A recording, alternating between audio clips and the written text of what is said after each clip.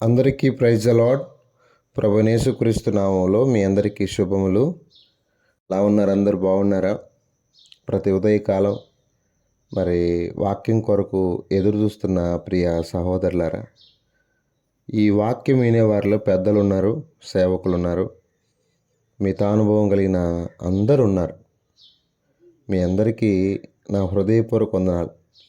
నేను వయసులో చిన్నవాడినైనప్పటికీ కూడా దేవుడిచ్చిన కృపను బట్టి మీతో ఇలా కలిసి రావటానికి ప్రభు నాకు ఇచ్చిన భాగ్యాన్ని బట్టి ప్రభుని స్తుతిస్తున్నాను. మరి పెద్దలారా, సేవకులారా, పరిశుద్ధులారా, నిజంగా ఇలా మనం ఈ దినాన్ని వాక్యముతో ఆరంభించడం ఎంత మంచిది కదా, ఎంత క్షేమం కదా. మరి కొన్ని పొరపాట్లు మా మధ్య జరుగుతున్నాయి. మరి సమయానికి మీకు వాక్యాన్ని పంపించలేకపోతున్నాను. దానికి నేను కూడా బాధ్యుణ్ణి, నన్ను కూడా క్షమించండి. కాబట్టి సరైన సమయానికి మీకు వాక్యాన్ని పంపించడానికి ప్రయత్నం చేస్తాం. ప్రభు అలాగూ ఆయన కృపనిచ్చి మమ్మల్ని ముందుకు తీసుకెళ్ళినట్టు కూడా ప్రార్థించండి. రండి, నిర్గమాకాండం 34వ అధ్యాయం 33వ అధ్యాయం 14వ వచనాన్ని చదువుతున్నాను. నా సన్నిధి నీకు తోడుగా వచ్చును, నా సన్నిధి నీకు తోడుగా వచ్చును. అంటే ఎక్కడికి వెళ్ళడానికి? అంటే ఆయన పని చేయడానికి దేవుని సన్నిధి మోషే గారికి ఎలా? దేవుని సన్నిధి అంటే దేవుడే. దేవుని ప్రసన్నత ఎక్కడ ఉంటుందంటే ఆయన ఉన్నకాడే ఉంటుంది.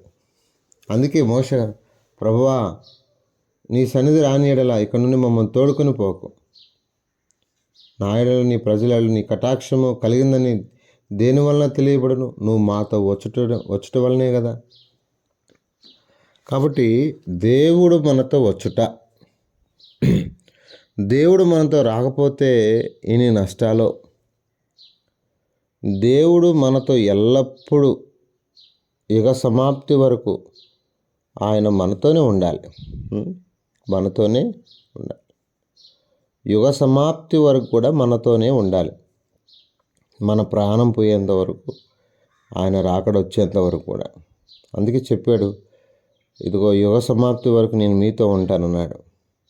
మీతో అలనాడు అబ్రహాము, ఇస్సాకు, యాకోబులకు తోడుగా ఉన్న దేవుడు అయ్యాక, హనన్యా, మిషాయేలు, అజర్యా, దానియేలుకు తోడుగా ఉన్న దేవుడు ఒకటేనండి.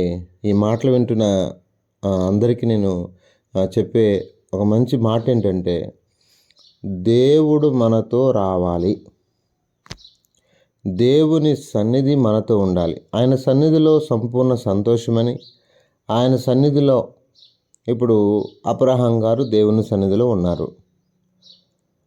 అబ్రహాము దేవుని సన్నిధిలో ఉంటే ఉపయోగం ఏంటయ్యా అని అంటారేమో. అంటే దేవుని సన్నిధిలో అంటే దేవునితో కలిసి పెనుగులాడుతూ వచ్చాడు, తన తమ్ముడే లోతును కాపాడుకున్నాడు. మరి నీకు దేవుని సన్నిధి తోడు ఉంటే అసలు మామూలు విషయం కాదు. ఎక్కడైతే ఏసేపుకు దేవుని సన్నిధి ఉందో, దేవుని తోడు ఉందో, అక్కడే ఫలిస్తూ వచ్చాడు. ఓట యొద్ద ఫలించే కొమ్మగా మారిపోయాడు. ఎక్కడైతే దేవుని సన్నిధి అనుభవం అబ్రహాం గారికి ఉందో, అక్కడ తన కుటుంబాన్ని, తన సహోదరుని కుమారుడు లోతును కాపాడుకోగలిగాడు. అంటే దేవుని సన్నిధి మనకు గుర్తు చేసే విషయం ఏంటంటే క్షేమం, భద్రత, ఆయన కృప, ఆయన కటాక్షం. ఇవన్నీ దేవుని సన్నిధి, దేవుడు మనతో ఉండడం అనే విషయాలు మనకు గుర్తు చేస్తాయి. అర్థమైందా? అలా కాకుండా మన సొంత ఆలోచనతో వెళ్ళామనుకోండి, దేవునికి విరోధంగా వెళ్ళామనుకోండి, దేవునికి విరోధంగా రూపింపబడిన ఆయుధం వర్ధిల్లుతుందో చెప్పండి? మీ మాటల్లో చెప్పండి.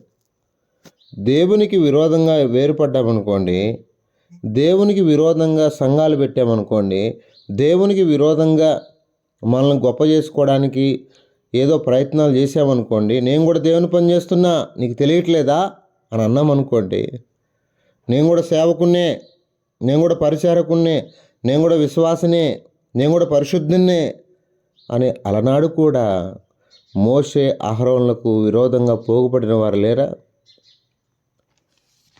అంటే ఎవరు దేవుని వారో, ఎవరితో దేవుడున్నాడో, ఎవరు దేవుని సంకల్పంలో ఉన్నారో, ఎవరు దేవుని చిత్త ప్రకారం ముందుకెళ్తున్నారో మనం ఇట్టే అర్థం చేసుకోవచ్చు.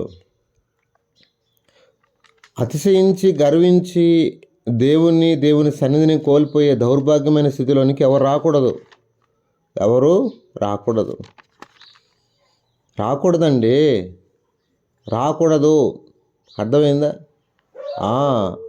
రండి, ఈ మాట నేను చదువుతాను, వినండి. సంఖ్యాకాండము 16వ అధ్యాయము 19వ వచనం. కోరాహు ప్రత్యక్ష గుడారం యొక్క ద్వారమునొద్దకు సర్వ సమాజమును వారికి విరోధంగా పోగు చేయగా, కోరాహు విరోధంగా పోగు చేశాడు ప్రత్యక్ష గుడారం ద్వారం దగ్గర. ఏమండి, వాళ్ళేనా దేవుని పరిచయం చేస్తే మనం చేయకూడదా? వాళ్ళేనా?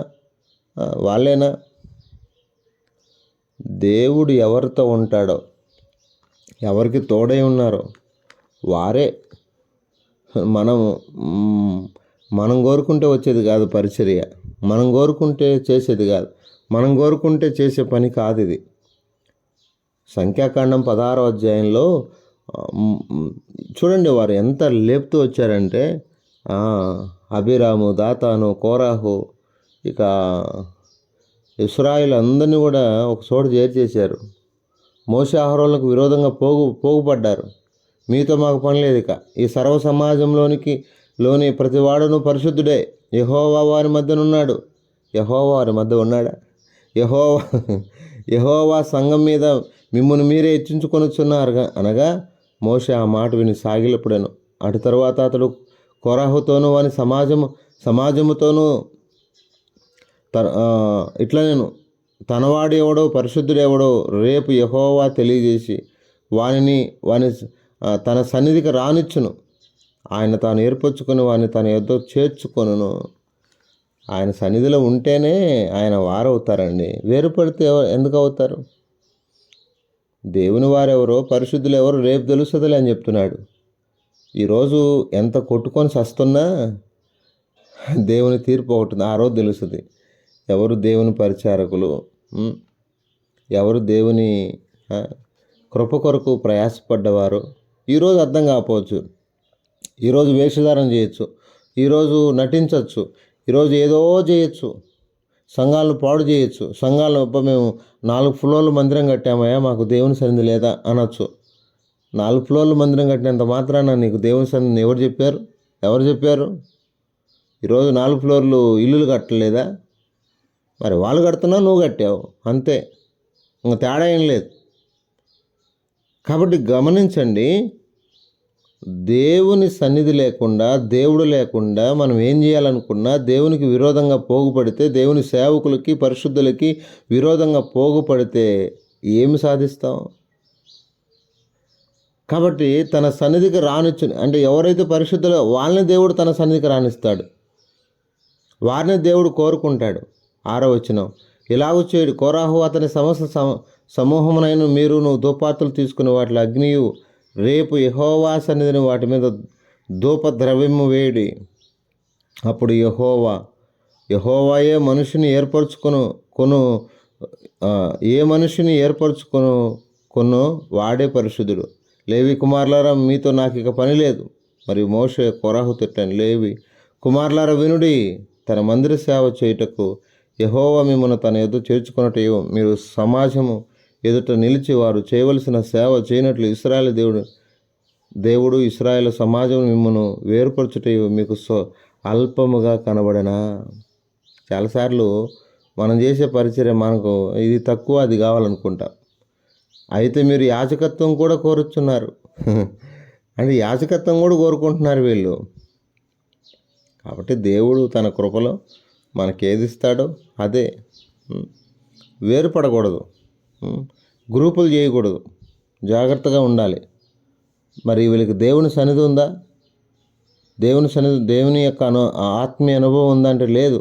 మేము కూడా పరిశుద్ధులు, మేము చేస్తాం, మేము కూడా మందిరానికి వస్తాం, మేము వాక్యం చదువుతున్నాం, మేము దశమ భాగం ఇస్తున్నాం. ఇప్పుడంతా సమస్య ఆడొస్తుందంటే ఏడే, మేము కూడా దశమ భాగం ఇస్తున్నాం, మేము కూడా పలానా చేస్తున్నాం, మాకు హక్కు లేదా, ఇక్కడ మీరేనా గొప్పవాళ్ళు దేవుని ఏర్పాట్లో ఉన్నవారే చేయాలి. కాబట్టి మోషే గారిని దేవుడు ఎంత బలపరిచాడు. నా సన్నిధి నీకు తోడుగా వచ్చును. మోషే గారు, అయ్యా నువ్వు తోడుగా రాకపోతే మేమేం చేయలేం. కాబట్టి మీరు ఎక్కడికి వెళ్తున్నా, ఏ పని చేస్తున్నా దేవుడు మనతో ఉన్నాడా లేదా అని చూసుకొని వెళ్ళాలి. అప్పుడే మన కుటుంబాలు క్షేమాన్ని పొందుతాం, సంపూర్ణ సంతోషాన్ని పొందగలం. ప్రార్థన చేస్తాం. పరిశుద్ధమైన తండ్రి, కృపగలిగిన దేవ స్తోత్రాలు. అలనాడు మోషే గారికి నా సన్నిధి నీకు తోడుగా వచ్చునని చెప్పారు. అంటే నేను నీతో ఉంటానని చెప్పారు. కాబట్టి ఏదేమైనప్పుడు ఈరోజు నాయన దేవుని సన్నిధి అనుభవం లేని వారంగా ఉంటున్నాం. అయితే మన్నించండి. మరి నీ సన్నిధికి నీకు విరోధంగా పోగుపడిన కోరాహు, అభిరాము, దాతానులు ఎంత భయంకరమైన స్థితిలోకి వెళ్ళిపోయారు, ఎంత భయంకరమైన మరణాన్ని పొందారు. అయితే నీ సన్నిధిని కోరుకున్న కోరాహు కుమారులు మాత్రం అద్భుతమైన వారిగా, నీ సన్నిధిలో నివసించేవారుగా, నేను గణపరచేవారిగా మార్చబడ్డారు. ఆ విధంగా మా జీవితాల్లో కూడా అలా మేము ఉండటానికి, నీ సన్నిధిని అనుభవించడానికి, నువ్వు మాతో ఉండటానికి కూడా సహాయం చేయండి. దయగల తండ్రి, గొప్ప కార్యములు చేయగల దేవుడు, సర్వశక్తిమంతుడు కనుక సహాయం చేయండి. ఆయన నీ సన్నిధి మాతో రాని ఎడల మేము క్షేమాన్ని పొందలేము, సంతోషాన్ని పొందలేము, ఆనందాన్ని పొందలేము, నీ పని చేయలేము, నిన్ను ఆనందింప చేయలేము ప్రభువా. నాయన ఈరోజు బిడ్డలు ఎవరైతే ఏ పనుల కొరకైతే వెళ్తున్నారో, ఎవరు ఏ పరిచయ కొరకైతే వెళ్తున్నారో వారితో మీరు ఉండండి నాయన. వారి పని బాటల్లో, వారి సమస్త విషయాల్లో మీరు తోడుగా ఉండండి. నీ సన్నిధి వారికి తోడుగా ఉంచి మహిమ పొందమని యేసు పరిశుద్ధ నామంలో ప్రార్థన చేసి అడిగి వేడుకొనుచున్నాము తండ్రి. ఆమేన్.